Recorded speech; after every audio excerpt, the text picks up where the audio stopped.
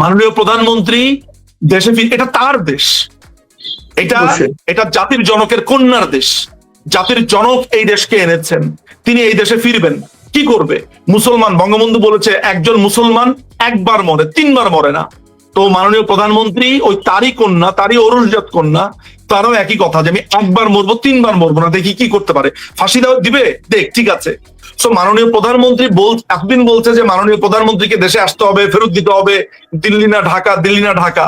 এখন যখন মাননীয় প্রধানমন্ত্রী বলছেন যে আমি ফিরবো, তখন তারা বলছেন যে না, আত্মসমর্পণ করা যাবে না, হ্যান না ত্যান না, এটার বন্দি প্রত্যাপন করতে হবে, নিয়ম মানতে হবে, এই করতে হবে, সেই করতে হবে। দেখেন, এরা আতঙ্কিত, কারণ আপনি জানেন বাংলাদেশের half of the voter Awami লীগকে সমর্থন করে, সেটা সরাসরি কিংবা মৌনভাবে। তাহলে এরকম একটা দলের নেত্রী যখন বলে আমি দেশে ফিরবো, আপনি দেখেন 1/11 সময় সবাই যখন ভয়ে সন্ত্রস্ত, খালেদা জিয়া যখন তার দুটা ছেলেকে বিদেশে পাঠিয়ে দেওয়ার জন্য মুচলেখা দিলেন, তিনি রাজি হয়ে গিয়েছিলেন। মাননীয় প্রধানমন্ত্রী সেই সময় হিথ্রো বিমানবন্দরে, আমি নিঝুম মজুমদার সেদিন হিথ্রো বিমানবন্দরে আরো নেতাদের সাথে উপস্থিত ছিলাম। সেদিন আমাদের আনোয়ারুজ্জামান চৌধুরী ভাই ছিলেন, আমাদের সাদেক খান ভাই ছিলেন, আমাদের, আমি অনেকের নাম মনে করতে পারি, আমি মনে করতে পারি ববি ভাইয়ের কথা মনে করতে পারি, আমাদের বঙ্গবন্ধু কন্যা তিনি ছিলেন, তার ছোট ছেলে মানে শেখ রেহানা আপার ছোট ছেলে ববি ভাই, আমি মনে করতে পারি এই মানুষগুলোকে। সেই ভিড়ে, সেই হাজার হাজার ভিড়ের মধ্যে আমিও একজন নগণ্য মানুষ হিসেবে সেই হিথ্রো টার্মিনাল 3 সম্ভবত আমি সেখানে ছিলাম। তিনি সেখানে বাংলাদেশে যাবেন, পরবর্তীকালে তাকে বোর্ড করতে দেওয়া হয় নাই, এটা টার্মিনাল 3 বা 2 হবে, তাকে বোর্ডিং করতে দেওয়া হয়নি। তিনি ফেরত আসার সময়, সেই সময় বিবিসি তাকে প্রশ্ন করছেন, তিনি বলছেন আমার দেশে আমি যাব, আমি দেশে যাব, আমাকে গ্রেফতার করলে করবে। তো মাননীয় প্রধানমন্ত্রী কিন্তু ব্যক্তিগত কথোপকথনেও আমাকে বলছেন যে আমাকে মেরে ফেলুক, আমাকে খুন করে ফেলুক, আমি যাব। উনি কিন্তু জানতেনও না যে উনাকে ভারতে উনাকে যাওয়ার ব্যবস্থা করা হয়েছে। উনি কিন্তু জানতেন যে গোপালগঞ্জে উনাকে নিয়ে যাওয়া হবে। হ্যাঁ, এই কথাগুলো কিন্তু উনার মুখ থেকে শোনা, এমন না যে আমি থার্ড পার্টি থেকে শুনেছি, সেকেন্ড পার্টি থেকে শুনেছি। সুতরাং মাননীয় প্রধানমন্ত্রী দেশে এটা তার দেশ, এটা জাতির জনকের কন্যার দেশ। জাতির জনক এই দেশকে এনেছেন, তিনি এই দেশে ফিরবেন। কি করবে? মুসলমান, বঙ্গবন্ধু বলেছে একজন মুসলমান একবার মরে, তিনবার মরে না। তো মাননীয় প্রধানমন্ত্রী ওই তারই কন্যা, তারই অরুষজাত কন্যা, তারও একই কথা যে আমি একবার মরবো, তিনবার মরবো না, দেখি কি করতে পারে। ফাঁসি দেওয়া দিবে, দেখ, ঠিক আছে। সারা বাংলাদেশের মানুষ তো আছে, দেখি কেমনে ফাঁসি দেয়। সো স্বাভাবিকভাবে তারা ভয় পেয়েছে, ভয়ে এখন প্রত্যেকটা জায়গাতে টক অফ দ্য টাউন। আর গত 2টা বছর বাংলাদেশের রাজনীতিতে আলোচনা কি, আমরা কত খারাপ, সেটাই তো। মানে আওয়ামী লীগ কত খারাপ, কি করেছে না করেছে, মানে ওদের পক্ষ থেকে যদি চিন্তা করি, তাহলে আওয়ামী লীগের বাইরে তো কোনো আলোচনা হয়নি।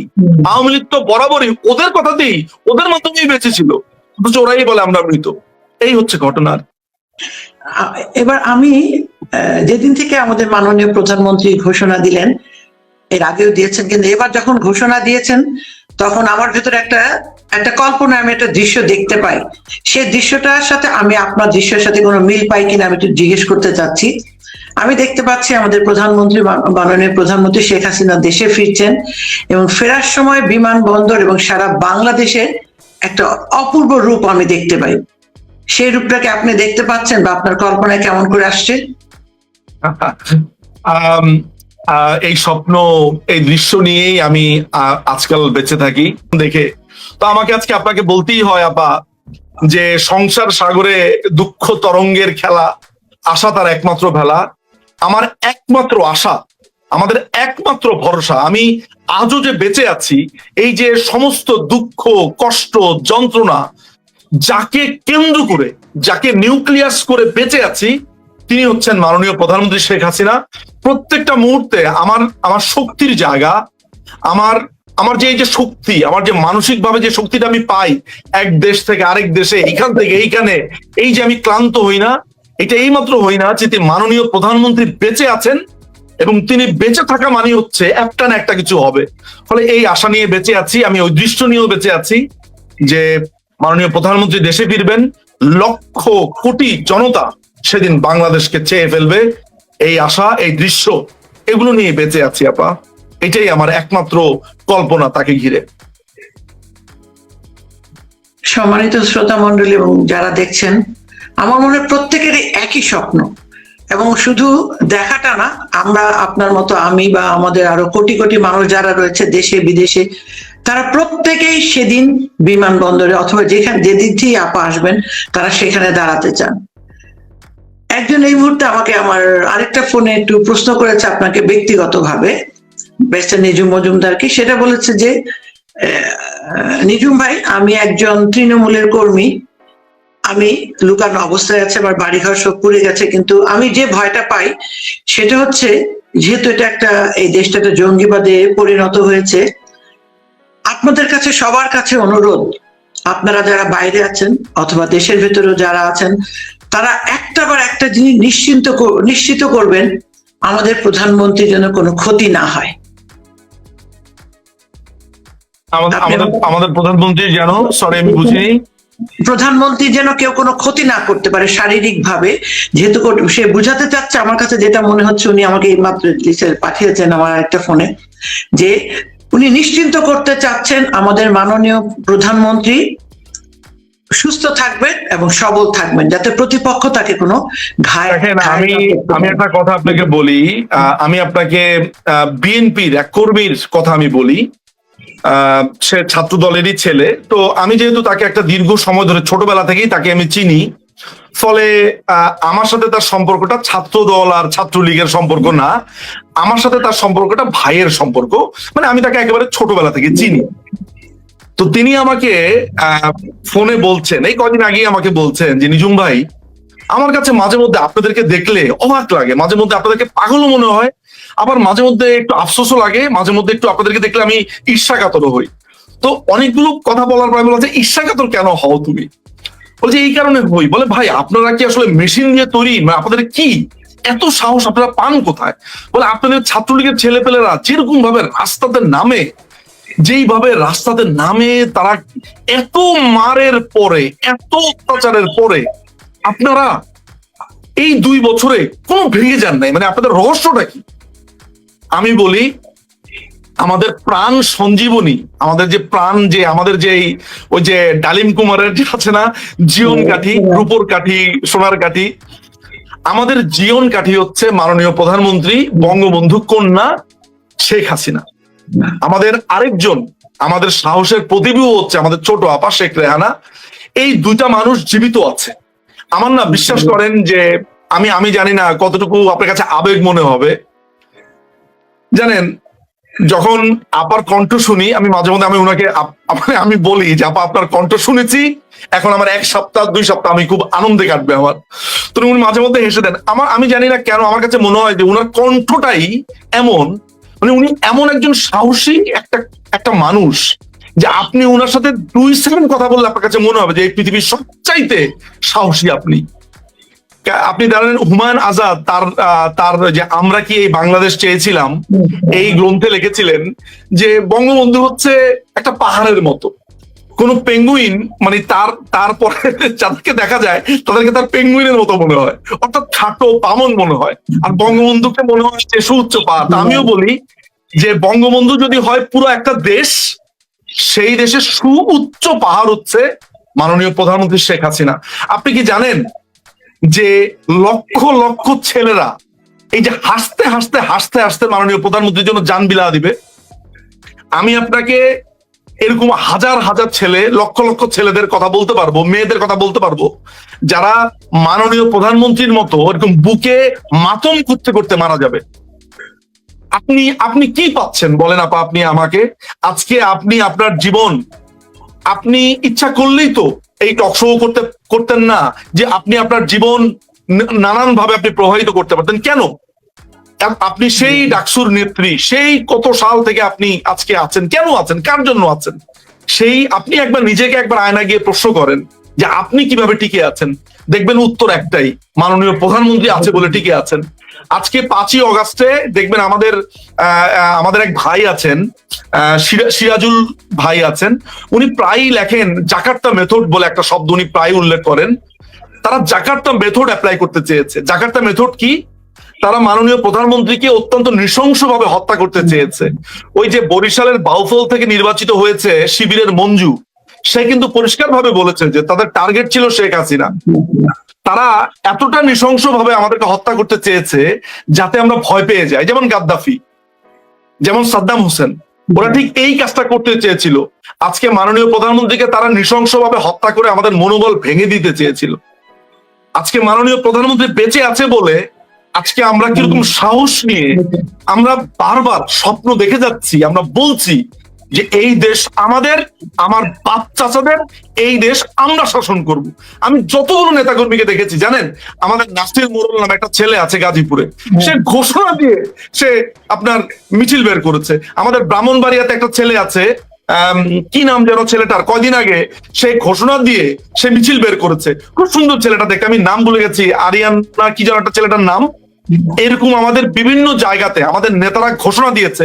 আমাদের ওই যে কুমিল্লার বাহার ভাই, তিনি ঘোষণা দিয়েছে যদি আওয়ামী লীগের নেতা কর্মীদের উপরে একটা কিছু চলে তাহলে তারা বুঝবে। আমাদের শামীম ওসমান ভাই, তারপরে এরকম আমাদের অনেক নেতারা আজকাল বলছেন যে কে কি করবে এটা দেখে নিবে তারা, এবং আমাদের নেতারা সব ফিরবে নেত্রীর সাথে।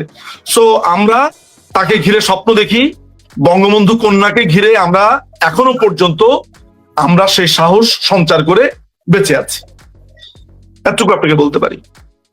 এটা অবশ্যই আমার মনে হয় যিনি আমাকে এই প্রশ্নটা করেছিলেন তার উত্তরটা পেয়ে গেছেন। আসলে জানেন এই প্রশ্নটা কেন, এটা মনের ভেতর থেকে তার একটাই হয়তো শঙ্কা, কারণ উনি চান, আমরা সবাই চাই। আমি আপনার বুঝতে পারছি না, আমাকে যিনি প্রশ্ন করেছিলেন ওনার হাতে একটাই শঙ্কা যে মাননীয় প্রধানমন্ত্রী সুস্থ থাকুক, সবল থাকুক। আপনি মাননীয় প্রধানমন্ত্রী, আমি এটা বলছি, নানান ধরনের গুজব চারদিক থেকে আসে যে মাননীয় প্রধানমন্ত্রী অসুস্থ, এই মানে নানান রকমের ভাবে আমাদেরকে মনোবল। আমি শুধু এতটুকু কথা দিতে পারি, একেবারে ধরেন লেটেস্ট ভাবে বলতে পারি যে মাননীয় প্রধানমন্ত্রী সুস্থ আছেন, সবল আছেন। মাননীয় প্রধানমন্ত্রীর সামনে কেউ যদি এই মুহূর্তে একবার দেখে তাকে, উনি যে কিরকম মনোবল চাঙ্গা, ধরেন নেতারা দাঁড়িয়ে আছে, মাননীয় প্রধানমন্ত্রী বলে, এই তুমি এরকম মন খারাপ করে দাঁড়িয়ে আছো, মানে উনার কথার জন্যই ওরা মানে সাহসে, মানে উনি এত বেশি চাঙ্গা, এত বেশি উনার মানে গলার স্বর এবং উনার কণ্ঠ, যে অন্যরা কেউ মন মরা থাকলে উনার কথাতেই সব চাঙ্গা হয়ে যায়। সো মাননীয় প্রধানমন্ত্রী সুস্থ আছেন, সবল আছেন, খুবই প্রোটেক্টেড ভাবে আছেন, খুবই নিরাপদে আছেন। এতটুকু কথা আমি বলতে পারি আপনাদেরকে। আপনার কথার প্রেক্ষিতে আমি আরেকটা কথা বলতে চাই। আমি যদিও ব্যক্তিগত কথা বলা হয়তো ঠিক না, তবু বলি, আমি একদিন আপার সাথে মানে মাননীয় প্রধানমন্ত্রীর সাথে আমার কথা হচ্ছিল, তা একটা কথা বলছিলাম, আপা ভালো মন্দ বলার পরে কথা হচ্ছিল যে আমি কাজ করছি, তখন আপা বলছিল তোমার ছেলে মেয়ে কয়জন? আমি বললাম আমার বাচ্চাদের কথা বলার পর, আমি বললাম ছোট মেয়ের বয়স বলার পরে বললো, আমি বললাম আপা ও বড় হয়ে গেছে, আমার অনেক সময় আছে হাতে। ঠিক উনি আমাকে একটা শব্দ বললো, শোনো বাচ্চারা কখনো বড় হয় না, বাচ্চাদেরকে সময় দিতে হবে। পৃথিবীতে তুমি যাই করো না কেন, বললো যে আমি আমার বাচ্চাদেরকে সময় দিতে পারিনি। বাচ্চারা 40-50 হলো মা এবং কখনো এই কাজটা করবেন। ঠিক ওই মুহূর্তে আমার কাছে মনে হলো এত কিছু হারানোর পরেও একটা মানুষ, একটা ছোট্ট একটা বিষয় ছিল, এমন কোনো কিছু না, কিন্তু উনি সেখানেও আমাকে সতর্ক করলেন, কারণ আমি একজন মা। উনি সব মনে রাখেন। আমার সাথে ধরনের অভিজ্ঞতা আছে, অন্য কোনো দিন বলা যাবে। আমি আপনাকে বলি, উনাকে তো লক্ষ লক্ষ নেতাকর্মীর সাথে কথা হয়, হাজার হাজার নেতাকর্মী মিটিং, উনি এই বয়সে উনি 19 ঘন্টা 20 ঘন্টা মিটিং করেন, ফোনে কথা বলেন, রেকর্ডে রাখেন, তারপরে মনে করে করে উনি টেক্সট দেন, তুমি এটা করেছো, ওইটা করেছো। দেখেন সারা বাংলাদেশে কত কমিটি, কত নেতা, কত গ্রুপ, কত কিছু, তারপরে সারা দেশের বাইরে কত মিটিং। উনি পুঙ্খানুপুঙ্খ ভাবে কার হাড়িতে ভাত আছে, কার হাড়িতে তরকারি আছে, ওইটার খোঁজ পর্যন্ত জানেন। কার কি লাগবে, এই তাকে ওইটার ব্যবস্থা করে দাও, এই ওর এই সমস্যা হচ্ছে। এগুলো আসলে অকল্পনীয় ব্যাপার। এটা আমরা আসলে আমাদের লাইফ টাইমে আমরা একটা মানুষকে দেখেছি। এটা আমার জীবনের বিরল অভিজ্ঞতা। সো এটা বলার অপেক্ষাই রাখে না। ওয়ান অফ এ কাইন্ড, মানে উনার পরে উনার আগে পরে উনার মতো আর এটা অসম্ভব, মানে এটা ইম্পসিবল। মানে মাননীয় প্রধানমন্ত্রী শেখ হাসিনার মতো আর কেউ হবেন, এটা অসম্ভব। এখন বুঝতে পেরেছি। দেখেন আমি সবসময় বলেছি যে আমরা তো ফেরত আসবোই, কিন্তু ফেরত আসার পরে এই দেশটাকে আমরা গড়বো কিভাবে? আমরা গত 2টা বছর এই দেশের মোটামুটি যা অবস্থা দেখলাম, দেখেন আমরা লাল রঙের শাড়ি, সাদা পাড় বা সাদা পাড় লাল পাড় সাদা শাড়ি, এগুলো পরে আমরা পয়লা বৈশাখে গেছি। আমরা 21শে ফেব্রুয়ারি উদযাপন করেছি, 26শে মার্চ, 16ই ডিসেম্বর উদযাপন করেছি। আমরা মনে মনে ভেবেছি যে বাঙালিয়ানা আমরা মনে হয় পুরো আদায় করে ফেলেছি, আমাদের স্বাধীনতা দিবস, আমরা বঙ্গবন্ধুকে প্রতিষ্ঠা করেছি। আসলে আমরা বুঝতে পারিনি যে আমাদের প্যারালাল আরেকটা দেশ চলছিল, দেশটাতে ভয়ঙ্কর রকমের মৌলবাদ, তারা আলাদা একটা দেশ চালাচ্ছিল কাল্পনিক ভাবে, যেটা আমরা কখনো দেখতে পাইনি। অর্থাৎ আমাদের অগোচরে এমন একটা বাংলাদেশ গড়ে উঠেছিল যেই দেশকে আমরা কোনোদিন চিনতেই পারিনি। ফলে আমার কাছে মনে হয় যে দেশে আসার পরে আমাদের প্রচুর কাজ আছে, বিশেষ করে এই যে মৌলবাদীদেরকে মেইন স্ট্রিম শিক্ষা ব্যবস্থার ভেতরে ঢুকানো, এই যে মানে গণহারে এদের এদের এদের এরাই তো আজকে সবচেয়ে বড় ঘটনাগুলো ঘটিয়েছে। এই শিক্ষা ব্যবস্থার দিকে আমাদের প্রবল ভাবে আমাদের স্ক্রুটিনাইজ করতে হবে। নাম্বার ওয়ান, শিক্ষা ব্যবস্থাকে ঢেলে সাজানোর ব্যাপার আছে। তারপরে হচ্ছে যে এই যে জেনজি সম্প্রদায়, তারা, আমি তাদেরকে এখনো কোমলমতি মনে করি, এখনো মনে করি যে তাদেরকে কমপ্লিটলি ভুল বোঝানো হয়েছে। এই ছেলেপেলেগুলো কিন্তু রাষ্ট্র সচেতন। এই যে যেসব ছাত্রছাত্রীদের ব্যাপারে বলা হয় যে এদেরকে মনে হয় বাংলাদেশ আওয়ামী লীগের সবাই ক্ষমতায় আসলে মেরে ফেলবে, কেটে ফেলবে, হুইচ ইজ কমপ্লিটলি আনট্রু। আমার কাছে বরঞ্চ মনে হয় যে যেসব ছেলেপেলে রাস্তাতে নেমেছিল তারা দেশকে, দেশের ভালো কথা মনে করেই নেমেছিল, তাদেরকে ভুল বোঝানো হয়েছে।